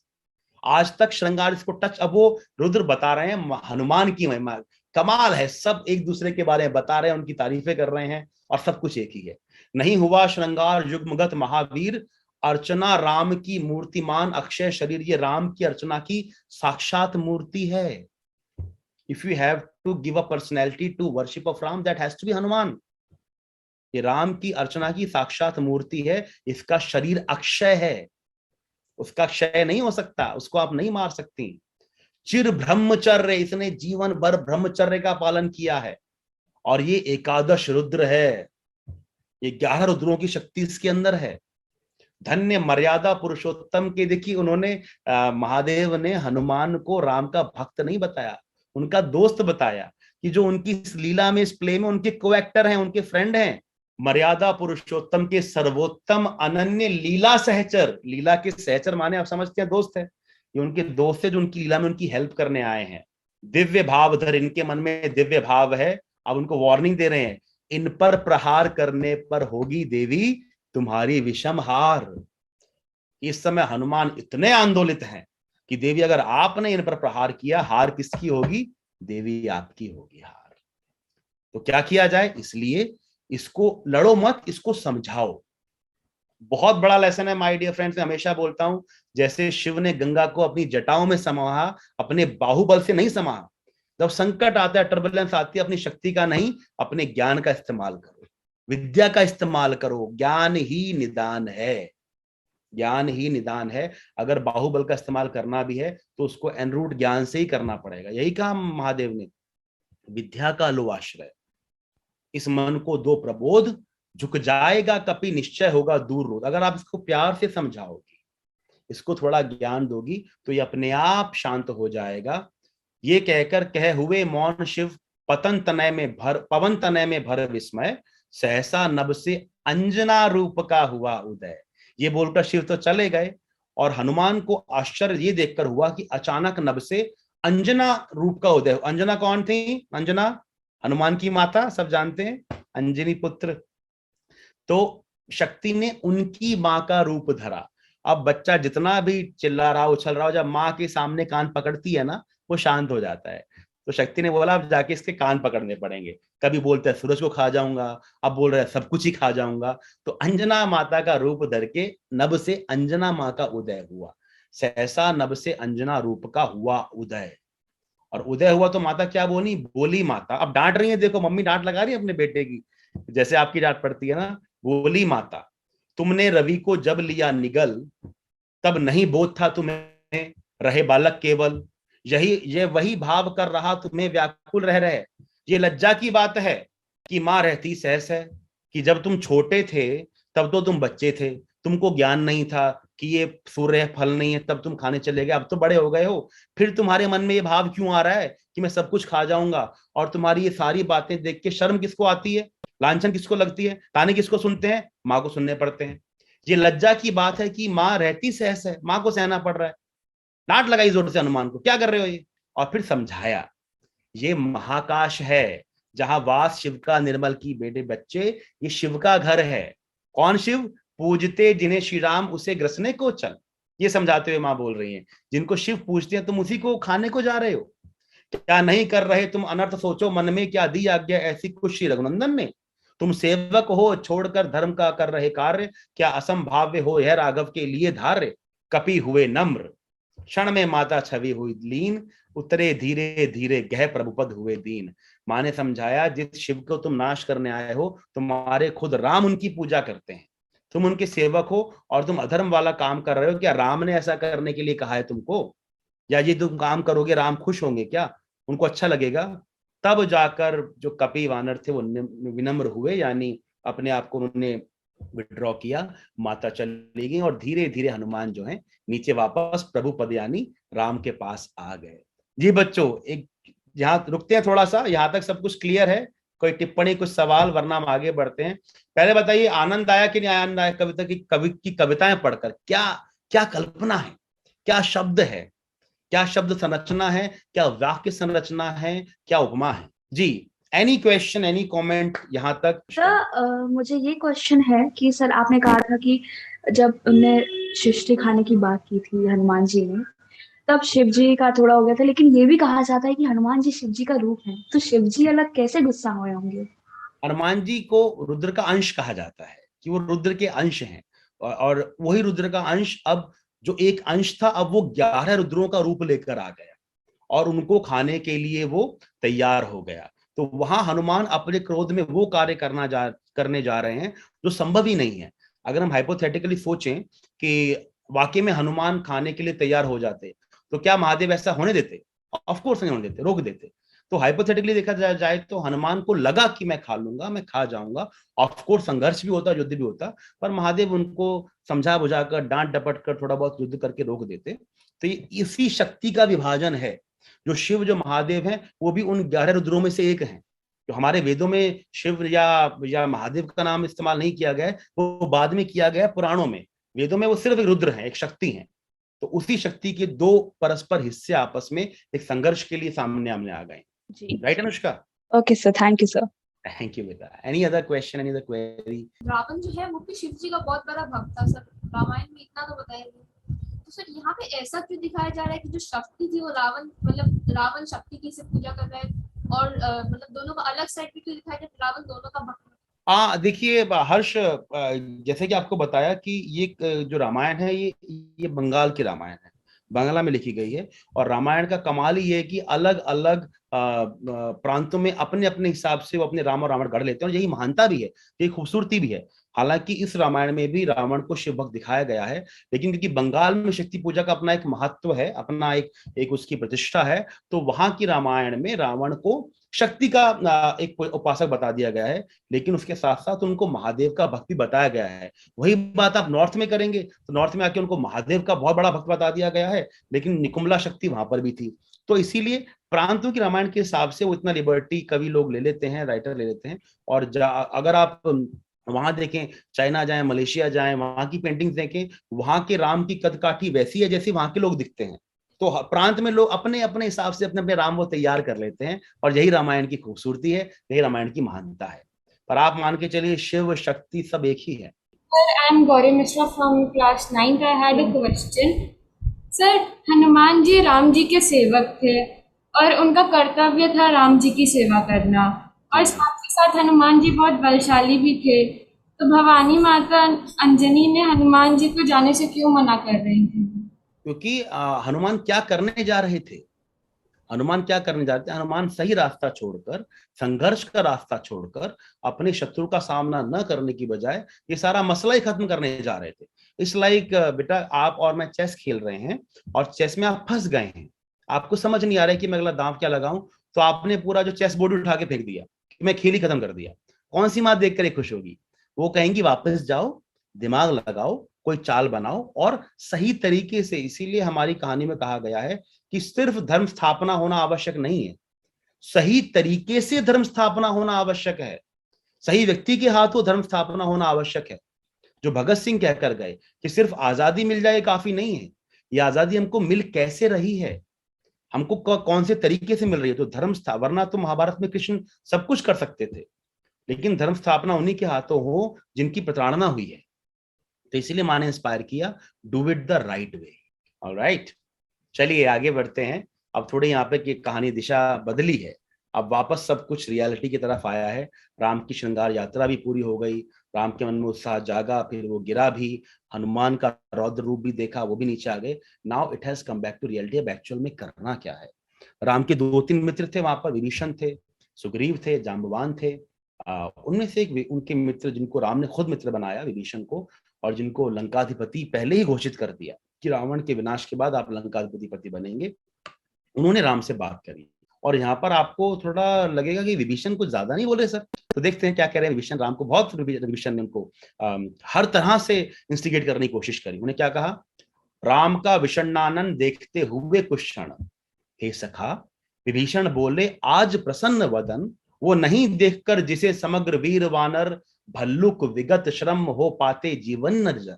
रघुवीर तीर सब वही तूण में है रक्षित, है वही पक्ष रण कुशल हस्त, बल वही अमित, है वही सुमित्रा नंदन मेघनाद जित रण, है वही भल्लपति वानरेंद्र सुग्रीव प्रमन, तारा कुमार भी वही महाबल श्वेत धीर, अप्रतिभट वही एक अर्बुद सम महावीर, है वही दक्ष सेना नायक, है वही समर, फिर कैसे असमय हुआ उदय भाव प्रहर। रघुकुल गौरव लघु हुए जा रहे तुम इस क्षण, तुम फेर रहे हो पीठ, हो रहा जब जयरण, कितना श्रम हुआ व्यर्थ, आया जब मिलन समय, तुम खींच रहे हो हस्त जानकी से निर्दय। रावण रावण लंपट खल कलशय गताचार, जिसने हित कहते किया मुझे पाद प्रहार, बैठा उपवन में देगा दुख सीता को फिर, कहता रण की जय कथा पारिषद दल से घिर, सुनता वसंत में उपवन में कल कूजित पिक, मैं बना किंतु लंकापति धिक राघव दिक दिक। राघव को धिक्कार कर रहे हैं, राम तुम पर धिक्कार है। ये कौन कह रहा है? विभीषण। विभीषण ने साम दाम दंड भेद सब लगा दिया। ये भी कह दिया कि आपको देखकर तो हम प्रेरणा लेते हैं, ये भी बता दिया कि आपकी सेना वही है, आपका दल वही है, आपका खुद का शौर्य वही है। ये भी बता दिया कि सारी मेहनत खराब हो जाएगी। उनको ये तक बता दिया कि क्या होगा अगर आप हार जाएंगे। उनको एक ओमिनस फ्यूचर की पिक्चर तक दिखा दी। सब कुछ कोशिश कर ली कि राम जागृत हो, राम के अंदर मोटिवेशन आए। यहाँ मैं उस टीम वर्क की बात कर रहा था। अगर आप अपने आसपास अच्छी टीम तैयार करते हैं तो जब आपको मोटिवेशन की जरूरत होगी आपकी टीम आपके साथ खड़ी होगी। हर बार लीडर ही मोटिवेट नहीं करता है, टीम भी लीडर को मोटिवेट करती है।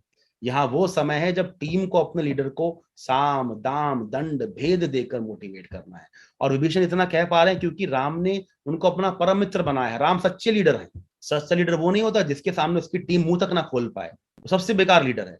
अच्छा लीडर वो है जो अपनी टीम में कम्युनिकेशन की फ्रीडम देता है। राम ने अपने मित्रों को ये आजादी दी है कि जब मैं गलत जाऊं आप मुझे डांटिए, आप मुझे समझाइए, मेरा हाथ पकड़कर सही रास्ते पर लाइए, मैं बुरा नहीं मानूंगा।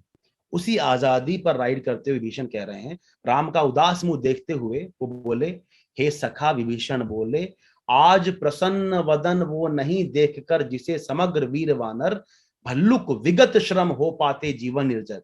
कि आज आपका हमेशा खुश रहने वाला चेहरा वो नहीं रहा जिसको देखकर ये वीर वानर विगत श्रम, उनकी थकान दूर हो जाती थी, जो श्रम करके आते थे उसकी थकान दूर हो जाती थी, उनका जीवन वापस से प्रफुल्लित हो जाता था। आज आप वो दिख ही नहीं रहे, आपका चेहरा कुछ और ही दिख रहा है। आज आप हमेशा प्रफुल्ल रहते थे, खुश रहते थे, आज आप कुछ और दिख रहे हैं। फिर बताया कि सब कुछ सेम है, बदला क्या है?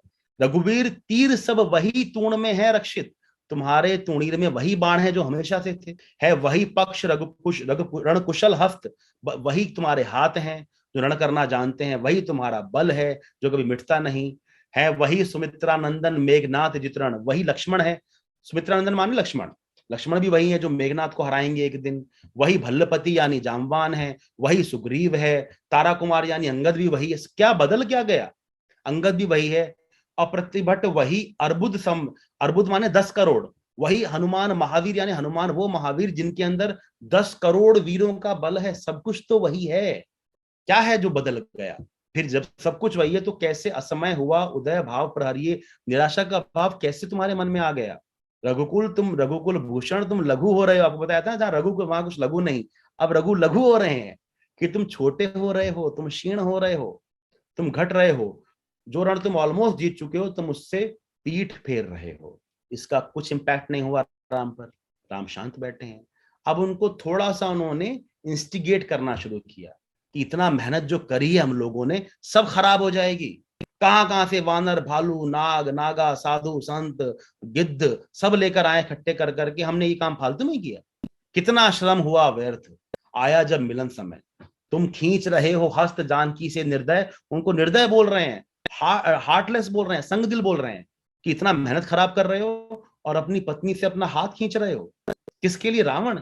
अरे रावण तो निरा लंपट है, पापी है, कलशय गताचार है, पाप का अनुसरण करने वाला है। कितना पापी है जिसने सही कहकर मुझे पाद प्रहार, मुझे पैर मारकर निकाल दिया। उस पापी रावण के बारे में इतना सोच रहे हो। पर तुम ये सोचो अगर तुम हार गए चले गए तो रावण क्या करेगा? अब उनको एक ओमिनस फ्यूचर की पिक्चर दिखा रहे हैं, उनको डराने की कोशिश कर रहे हैं। क्या होगा? होगा ये कि बैठा उपवन में देगा दुख सीता को फिर। सीता तो वहीं रह जाएंगी अशोक वाटिका में, वहीं वाटिका में बैठकर उनको फिर से दुख देगा, परेशान करेगा। और क्या करेगा?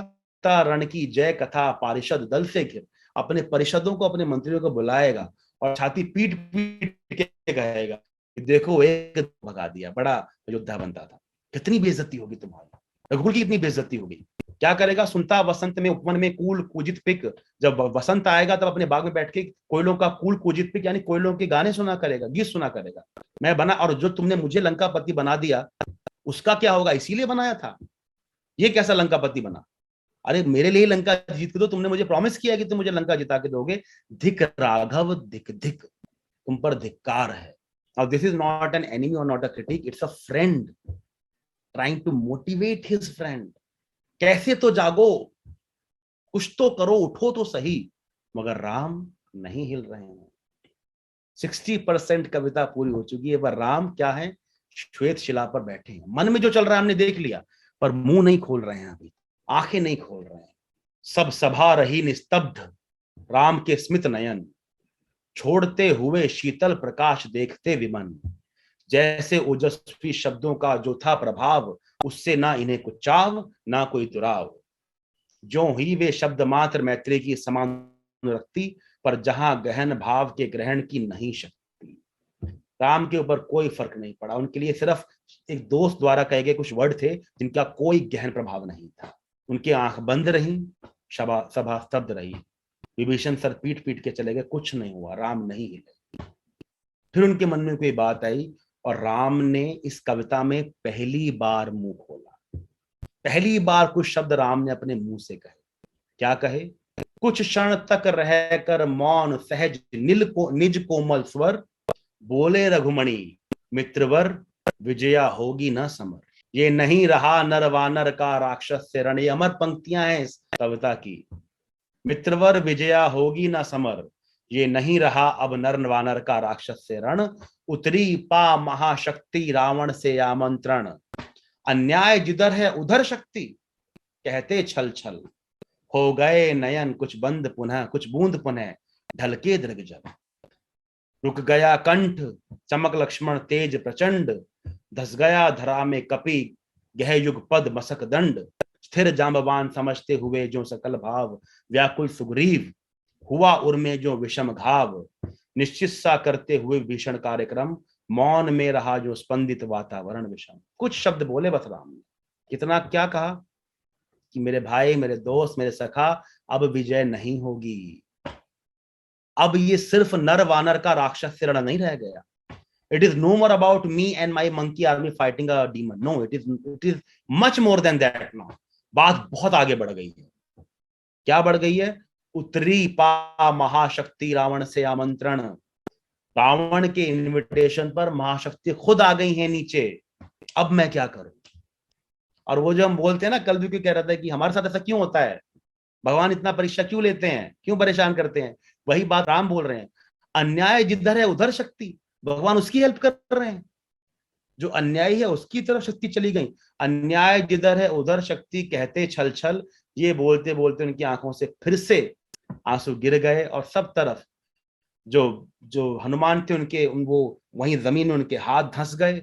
जांबवान उनकी बात को समझने की कोशिश कर रहे थे। सुग्रीव व्याकुल हो गए, जैसे उनके अंदर कोई बहुत बड़ा घाव घर कर गया हो। विभीषण दूर खड़े कुछ अगले दिन की रणनीति, कुछ कार्यक्रम बनाते रहे, मगर पूरा वातावरण ये बात सुनकर मौन हो गया, शांत हो गया। राम ने बस इतनी सी बात कही और अंत में आज की अंतिम कुछ पंक्तियां पढ़ते हैं। कहा राम ने, निज सहज रूप में संपत हो जानकी प्राण, बोले आया ना समझिए देवी विधान। रावण अधर्मरत भी अपना, मैं हुआ अपर। ये रहा शक्ति का खेल समर, शंकर शंकर करता में योजित बार बार शर निकर निशित। हो सकती जिनसे यह संस्कृति संपूर्ण विजित, जो तेज पुंज सृष्टि की रक्षा का विचार है, जिनमें निहित पतन घातक संस्कृति अपार। शतशुद्धि बोध सूक्ष्म अति सूक्ष्म मन का विवेक, जिनमें है क्षात्र धर्म का घृत पूर्णाभिषेक। जो हुए प्रजापतियों के संयम से रक्षित, वे शर हो गए आज रण में श्रीहत खंडित। देखा है महाशक्ति रावण को लिए अंक, लांछन को ले जैसे शशांक नभ में अशंक। हत मंत्र पूत शरण सम व्रत करती बार बार, निष्फल होते लक्ष्य पर क्षिप्र वार पर वार। विचलित लख कपिदल क्रुद्ध, युद्ध को मैं ज्यों ज्यों, झकझक झलकती अग्नि वामा के दृग त्यों त्यों। पश्चात देखने लगी मुझे बंध गए हस्त, फिर खिंचा ना धनु, मुक्त जो बंधा मैं हुआ त्रस्त। आहा, राम कह रहे हैं मेरी बात भी तो सुनो। मैंने आज शक्ति को देखा है, महाकाली को देखा है, और पूछ रहे हैं शक्ति का खेल समर, शंकर शंकर महादेव बहुत अच्छा खेल खेला है, वाह मजा आ गया। तुम्हारा विधान मुझे समझ नहीं आ रहा। रावण अधर्मरत है, फिर भी शक्ति का प्यारा हो गया, और मैं पराया हो गया, मैं अपर हुआ, मुझे पराया कर दिया। मैं बार बार बाण योजित कर रहा हूं, फेंक रहा हूं शक्ति की तरफ, और वो बाण साधारण बाण नहीं है, वैसे बाण है जो संस्कृति संपूर्ण को जीत सकते हैं, पूरे विश्व को जीत सकते हैं। इतना तेज है जो सृष्टि की रक्षा। इन बाणों में शुद्ध शुद्धि बोध है, इनमें ज्ञान गया है, पूरा शास्त्र धर्म का पूर्ण अभिषेक इन बाणों में है। जो 21 प्रजापतियों ने इनको रक्षित किया है अपने संयम से, वो सारे बाण आज रण में श्रीहत खंडित, सारे बाण खराब हो गए। जीवन भर अर्जित किया, जो हम बोलते हैं ना भगवान मैंने क्या नहीं किया मुझे क्या मिला, हम शिकायत करते हैं ना, इतना पढ़ा, मेहनत की, मेरा प्रोजेक्ट फेल हो गया, मुझे जॉब नहीं मिली, मेरा बिजनेस डूब गया, मैं पास नहीं हो पाया। सेम राम का स्टेट ऑफ माइंड है। क्या क्या नहीं किया, कौन कौन से बाण लेकर नहीं आया, सब खंडित हो गए। भगवान क्या विधान है शंकर शंकर। मैंने देखा है महाशक्ति ने रावण को ऐसे हाथ में ले रखा था जैसे चंद्रमा अपने अंदर कलंक को छिपा लेता है। रावण को कलंक कह रहा है, माँ को कह रहे हैं, माँ को चंद्रमा कह रहे हैं। लांछन को ले जैसे शशांक नभ में अशंक, जैसे लांछन को शशांक नभ में अपने अंदर छुपा लेता है, महाशक्ति ने उनको छुपा रखा था। हत मंत्र पूत शर संवृत करती, बार बार निष्फल होते लक्ष्य पर संवृत करती। वार पर वार जो भी मंत्र फूंक फूंक कर बाण फेंके जा रहा था, सब उनके सामने जाके विफल हो रहे थे। वहनी वामा के द्रग त्यों, तो उनके अंदर, वामा स्त्री को कहते हैं लेकिन यहाँ पर वामा मतलब महाशक्ति, उनकी आंखों से आग निकल रही थी। मैंने देखी है वो आग। अपने कपी दल को मरते देखकर मैं क्रोधित हुआ, मैंने बाण छोड़े पर उनकी आंखों की आग ने सब कुछ लील लिया। और अंत में उस आंखों ने, उन आंखों की अग्नि ने मुझे देख लिया। Ram is frightened at the site of Mahakali, पश्चात देखने लगी मुझे, बंद गए हस्त। Can you imagine? राम ने बोला, एकदम से उनकी नजर मेरे ऊपर पड़ी और मैं इतना घबरा गया, मेरे हाथ बंद गए। Only at the site of महाशक्ति राम गॉट फ्राइटेंड।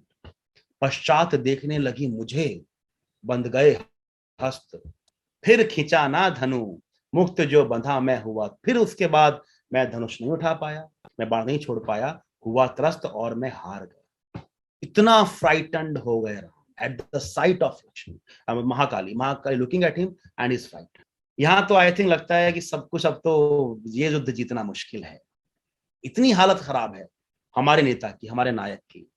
क्या होगा, कैसे उठेंगे, कैसे साधना होगी, ये हम समझते हैं अपने कल के फाइनल सेशन में। देखते हैं राम की शक्ति पूजा सफल होती है, नहीं होती है, क्या होता है।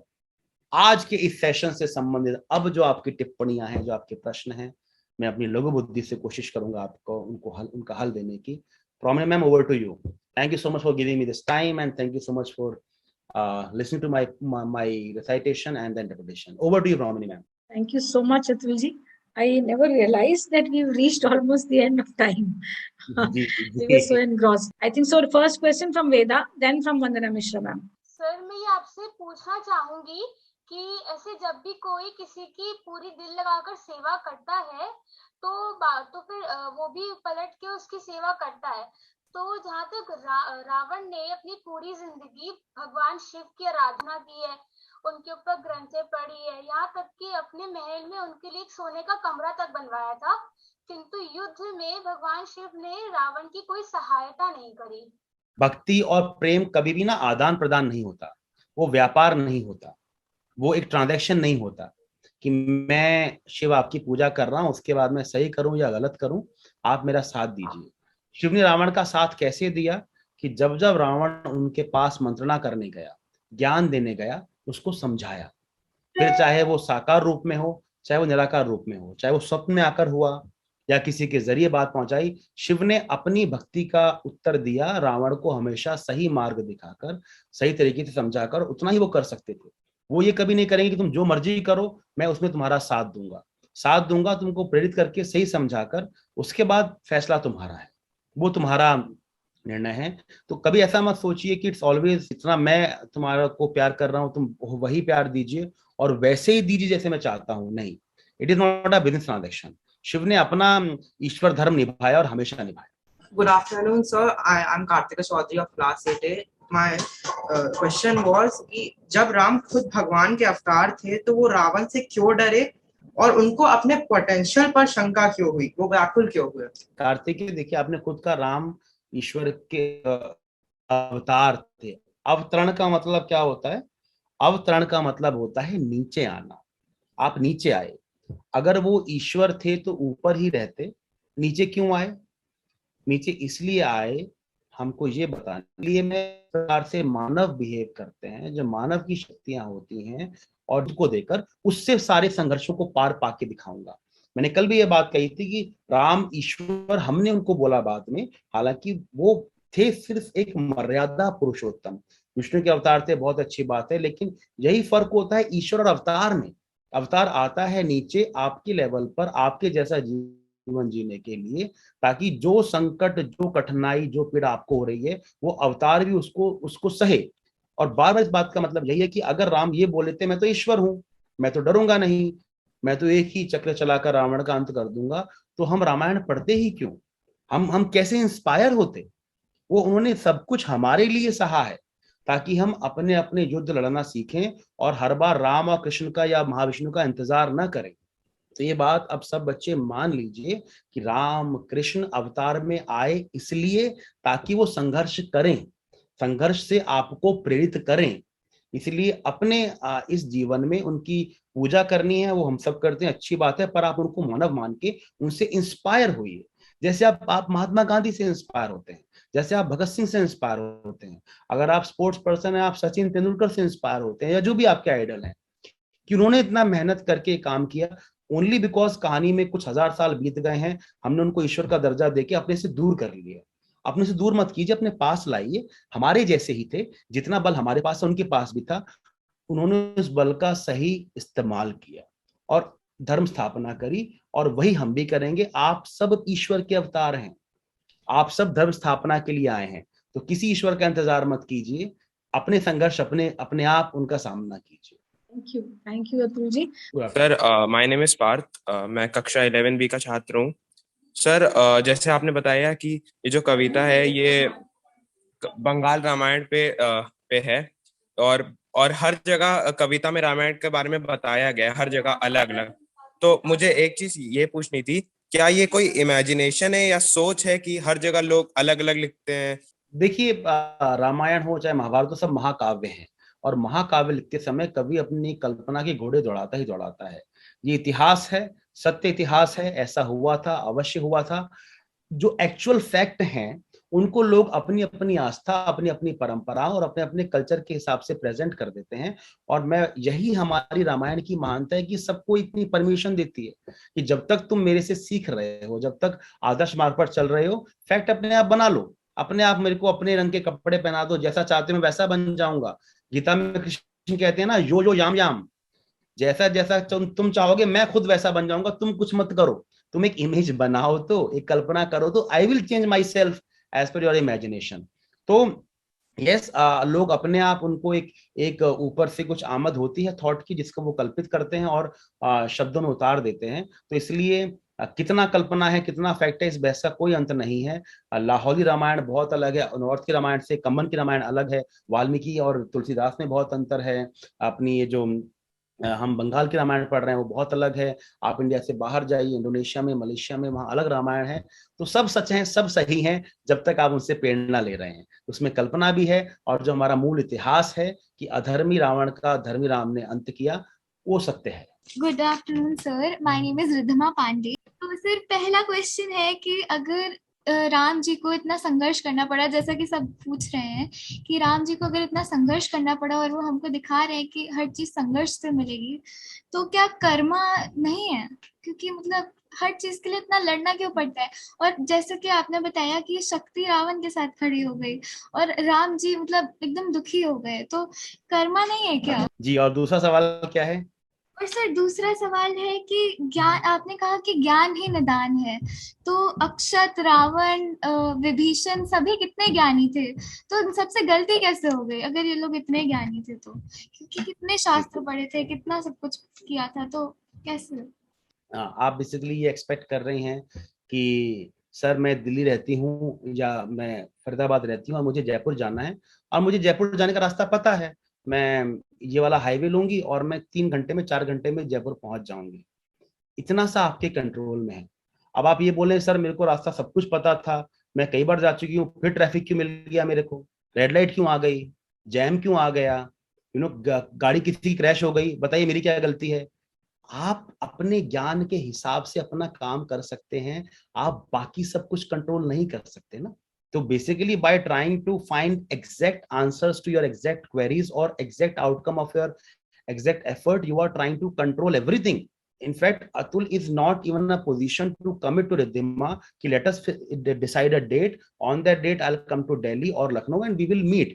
Because Atul does not know that on that date COVID का क्या situation होगा, है ना, फ्लाइट कैंसिल नहीं हो जाएगा क्या, बारिश नहीं हो जाएगी. तो ज्ञान आपको अपने बारे में बताता है ना.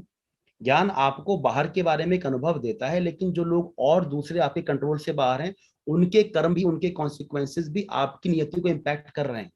तो राम बिल्कुल ज्ञानी थे, विभीषण बिल्कुल ज्ञानी थे, और संघर्ष कोई गलती नहीं होता। वो संघर्ष कर रहे हैं इसका मतलब ये नहीं कि उन्होंने कुछ गलती करी, उन्होंने अपने हिसाब से अपना एक अनुमान लगाया, शत्रु उससे कहीं ज्यादा बड़ा निकला। गलती तब होती जब वो शत्रु की शक्ति को पहचानने के बाद भी अपनी रणनीति नहीं बदलते, अपने आप को अडेप्ट नहीं करते, परिवर्तन नहीं लाते, तब गलती होती। आपके सामने चुनौती आ गई, ये आपकी गलती नहीं है। उस चुनौती से आप डर गए, आपने उसका सामना नहीं किया, ये आपकी गलती है।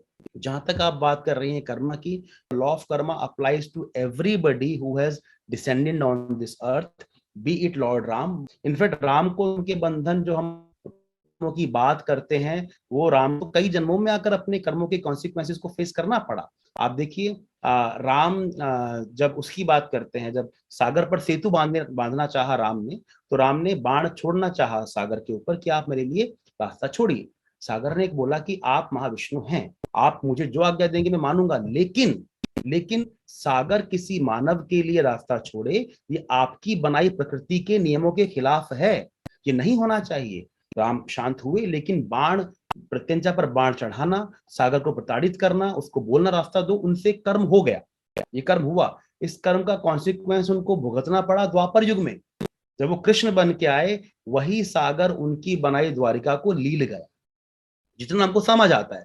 शायद वो किसी और कर्म का फल रहा हो। राम ने बाली को पीछे छुपकर मारा, उसका पूरा जस्टिफिकेशन दिया गया वाल्मीकि रामायण में, हम उसको समझते भी, लेकिन एक कर्म हुआ। एक योद्धा को आपने पीछे छुपकर मारा, वही बाली द्वापर युग में वो शिकारी बन के आया जिसने सो रहे कृष्ण के पैर पर बाण छोड़ दिया।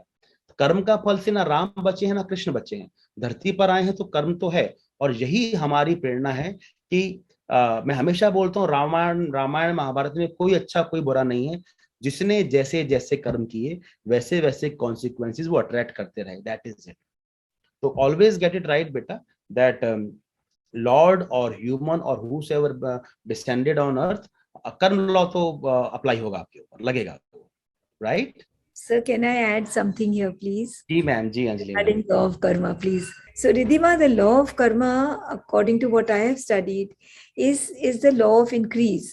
Whatever we do, in whatever way we are going, that becomes the karma, the path that we are taking. And whichever path we follow, that path becomes broader and broader. If you're following the path of Ritasya Pantha, the path of the right, you will keep getting more and more and more opportunities to do the right. If you follow the path which is going the wrong way, the opportunities to do the wrong thing will keep increasing, keep on increasing, keep on increasing. This is the law of karma. The law of karma, according to what I have studied, is not that हमने गलत किया तो हमको उसका पाप मिलेगा, हमको punish करेंगे भगवान. Because God is all loving. He only loves. He does not punish and he does not reward. He gives us an opportunity to learn and grow in whatever way we have not yet grown, right? From the time we took birth, not in this life, but many lives earlier. What was the aim? The aim of life is to become divine, because our potentiality is to become divine. Why is that potentiality ours? Because in essence, we are divine. There is only one substance. And that substance is the divine substance, which has become Ridhima, Atulji, Pramini ma'am, Anjali, all the students, all the teachers. So if in substance we are divine, the aim of life is to become divine progressively, right? We are not. How beautiful, ma'am. We are not punished by God. We are never punished by God. We are given opportunities, which may be obstacles, which may be difficult circumstances, to grow into that divinity. Whether we use it or don't is another matter. That is our choice. Yeah. But the law of karma is called the law of increase. Yeah. Whatever you do, your path becomes broad. Thank you. Thank you, ma'am. All my questions were solved. I was not able to unmute myself, but thank you so much for. जैसे आपने बताया कि विभीषण जी जो थे वो राम जी को motivate करने की कोशिश कर रहे थे, पर राम जी उनकी बातों का कोई जवाब नहीं दे रहे थे। तो सर इसका क्या अर्थ हुआ कि क्या वो उनकी बात नहीं सुन रहे थे या कुछ और?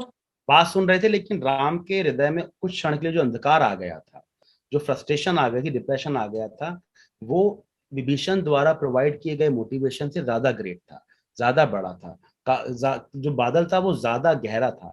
तो आदित्य को और रोशनी से रोशन होना पड़ा उनको मोटिवेट करने के लिए। सुन बिल्कुल रहे थे लेकिन वो इतना मोटिवेट नहीं हो पा रहे थे। लिखा हुआ है ना कि उनको लगा खाली मित्र जैसे एक मित्र को समझाता है उतना ही प्रभाव था उन बातों में, ना भाव था ना उसमें कुछ और था। जी सर। और सर मेरा दूसरा प्रश्न ये है कि जैसे सब बोल रहे हैं कि जो शक्ति थी वो रावण के साथ खड़ी थी, और जैसे राम जी शिव जी को पूछते थे, तो सर कहीं ऐसा नहीं लिखा गया कि शिव जी राम जी के साथ खड़े थे। तो सर क्या ऐसा नहीं है कि शिव जी उनके साथ खड़े थे या फिर वो नहीं खड़े थे उनके साथ? देखिए, शक्ति ने निर्णय लिया कि मैं साकार रूप में आऊंगी, और साकार रूप में भी बाकी किसी को नहीं दिखी, राम को दिखी। तो या तो ये राम की दिव्य दृष्टि थी कि वो साकार रूप में शक्ति को देख पाए, और महादेव राम की मदद नहीं कर रहे थे तो हम कह ही नहीं सकते। महादेव अगर साकार रूप में नहीं आए या राम की ओर से युद्ध आकर खुद नहीं लड़ रहे हैं, दैट डज नॉट मीन कि वो आप उनकी मदद नहीं कर रहे थे। He has his own ways of inspiring and motivating and helping his children. So God will not always come and stand with you like Krishna did for Arjun.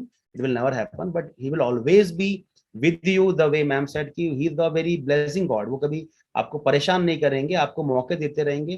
Ravan एक अच्छे रास्ते पर निकला कि चलो तपस्या करता हूँ, उसको एक और अच्छा काम मिल गया कि शक्ति उसके साथ आ गई। वो कई कुछ गलत रास्तों पर निकला था, उनका परिणाम उसको और आगे जाके गलत ही चीज उसने डेवलप करी, एक गलत यूनिवर्स अपने तैयार किया। तो दैट्स हाउ इट इज। शक्ति और शिव दोनों ही अपने अपने भक्तों को ब्लेस कर रहे थे अपने अपने तरीके से। I'm Shambhavi. We all know that Lord Ram descended to earth in the human form and not in the capacity of a god or Shri Ram himself. But sir, this one event जब bridge बनाया गया था तो उनका नाम लिखने से stones जो पत्थर थे वो तैर गए थे। तो sir this is not in the capacity of a human.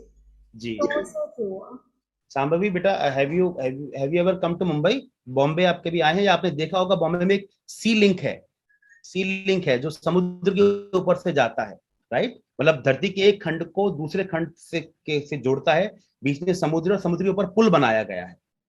तो ये तो तय है कि समुद्र पर पुल बन सकता है, ये असंभव काम नहीं है। तो हम अगर ये मान रहे हैं कि वो ज्ञान सिर्फ हमारे पास है, उस समय उनके पास नहीं था, तो ये पहली बात ये गलत मानना है। वो भी समुद्र पर पुल बनाना जानते थे, राइट?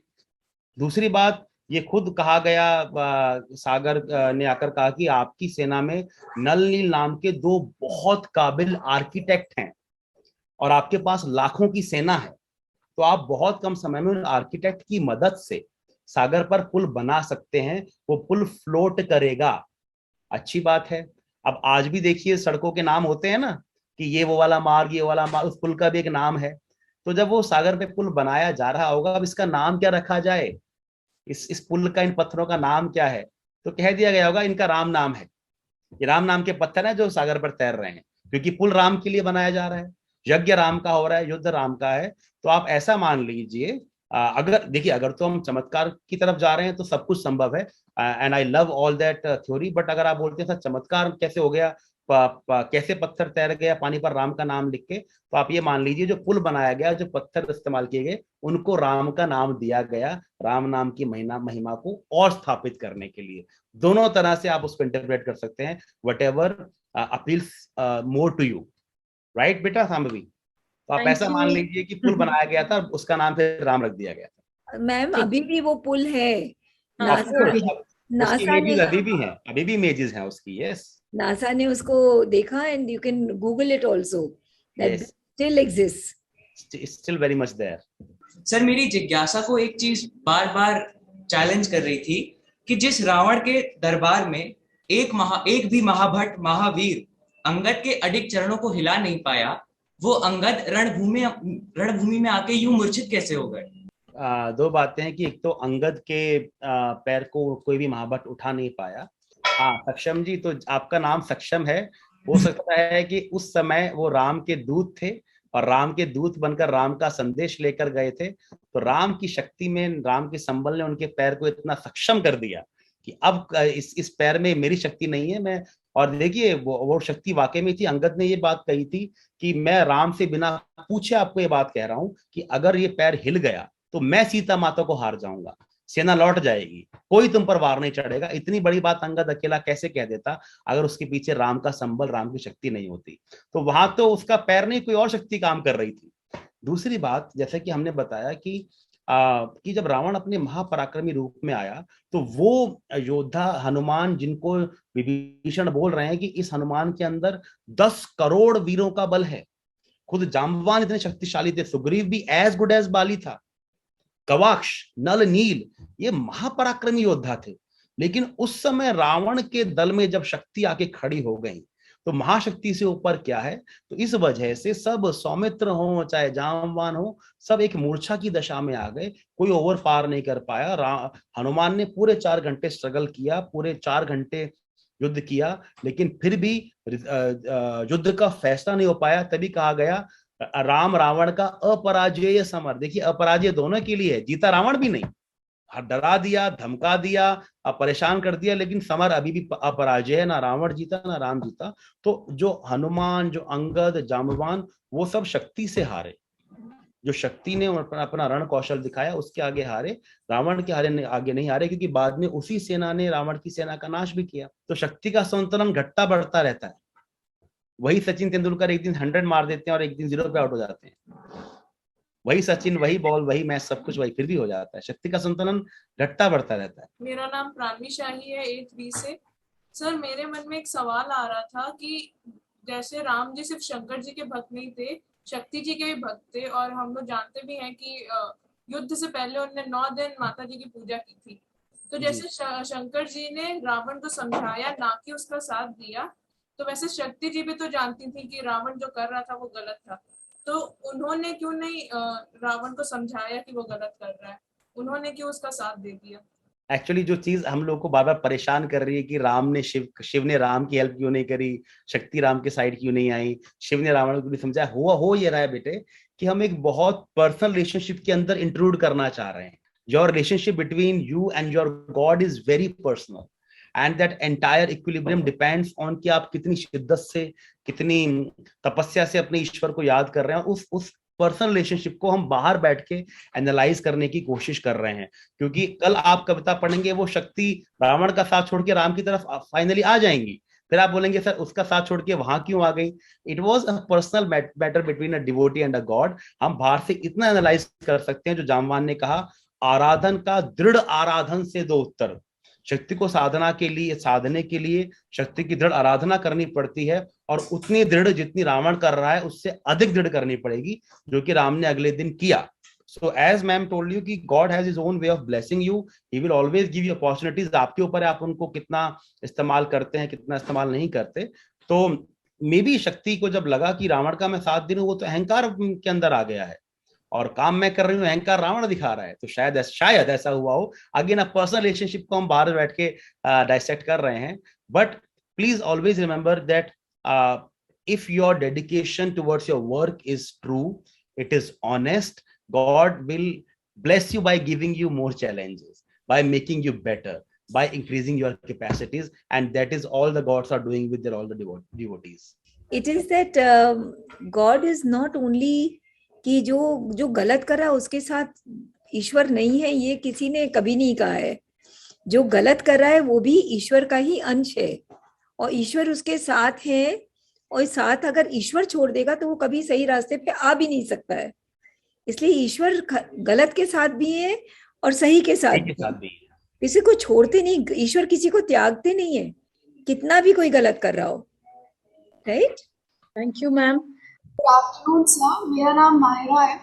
मेरा आपसे यह प्रश्न था कि क्या राम और रावण का युद्ध 2 पुरुषों के बीच शक्ति प्राप्त करने का युद्ध नहीं था? 2 पुरुषों के बीच शक्ति प्राप्त करने का युद्ध नहीं था। ये आपको ऐसा क्यों लग रहा है बेटा? आप what is banking your argument, what fact, what interpretation? मैं आपसे पूछना चाह रही हूँ कि क्या ये 2 पुरुषों के बीच शक्ति प्राप्त करने का युद्ध था कि नहीं? बेटा राम रावण का युद्ध इससे बहुत बड़ा, जब युद्ध होता है तो शक्ति का द्वंद्व तो होता है। राम के पास शक्ति है, रावण के पास शक्ति है, शक्ति आपस में टकराती हैं, पर इस युद्ध का जो उद्देश्य है वो कुछ पाने के उद्देश्य, खासकर राम तो कुछ पाना नहीं चाह रहे, वो धर्म स्थापित करना चाह रहे थे, अधर्म का नाश करना चाह रहे थे। और जो व्यक्ति धर्म स्थापना के मार्ग पर चला है वो कुछ अगर पाना होता तो देखिए ना, किष्किंधा जीत ली थी, बाली को हराकर सुग्रीव को देकर आ गए। बाद में लंका जीती, कहाँ रखी अपने पास, उसको विभीषण को देकर आ गए। कुछ पाने के उद्देश्य से महाविष्णु क्या पाने आएंगे यहाँ पर इस धरती पर, सब कुछ तो उन्हीं का है। धर्म स्थापना के लिए, इंस्पिरेशन करने के लिए हमको आपको शक्ति मिले अपना कार्य अच्छे से करने की। और राम और रावण को दो पुरुषों तक रिड्यूस करना भी सही नहीं है। राम अपने आप में एक परिभाषा है, राम अपने आप में एक आंदोलन, और उसी प्रकार रावण भी अपने आप में प्रतिनिधित्व है बहुत बड़े एक गुट का, एक खास तरह के लोगों का। ये रिप्रेजेंटेशंस हैं, इनको एक व्यक्ति और उसके स्वार्थ तक लाके समाहित कर देना बहुत बड़ी बुद्धिमानी नहीं होगी। ये युद्ध शक्ति के ट्रांसफर से बहुत ज्यादा बड़ा युद्ध था। कहते हैं कि सच्चा गुरु ज्ञान की प्यास को बुझाता नहीं है, उसे और बढ़ा देता है, उसे और भड़का देता है। हार्दिक आभार श्री कौशिक जी, आपने हमारी और जानने की जिज्ञासा को प्रज्वलित किया। सचमुच कृणाली, कल का सत्र सुनने की प्रतीक्षा रहेगी। आदरणीय अंजलि मैम, कृपया आज का सत्र समाप्त करने की अनुमति दें। अनुमति दी बच्चों, और बहुत सारा धन्यवाद अतुल जी को, जिन्होंने कितने बार आकर के हमारे छात्रों को, छात्राओं को, टीचर्स को, हम सब को प्रोत्साहित किया कि हम ये सब कविताएं, ये शास्त्र पढ़ें, और कितनी अंदर की गांठें खोली जो हम लोग को, जिसका हमेशा कंफ्यूजन रहता है स्टूडेंट्स को, वो सब आपने धीरे धीरे कितने सारे गांठ खोले। आपके मैं बहुत आभारी हूँ अतुल जी। ऐसे ही हम लोगों के साथ बने रहिएगा अतुल जी। जी मैम, आप तो जुड़ गए, अब कहाँ जाएंगे? Thank you so much. Can we have 30 seconds of silence, please, before we... The gratitude to the divine. Yes. Thank you.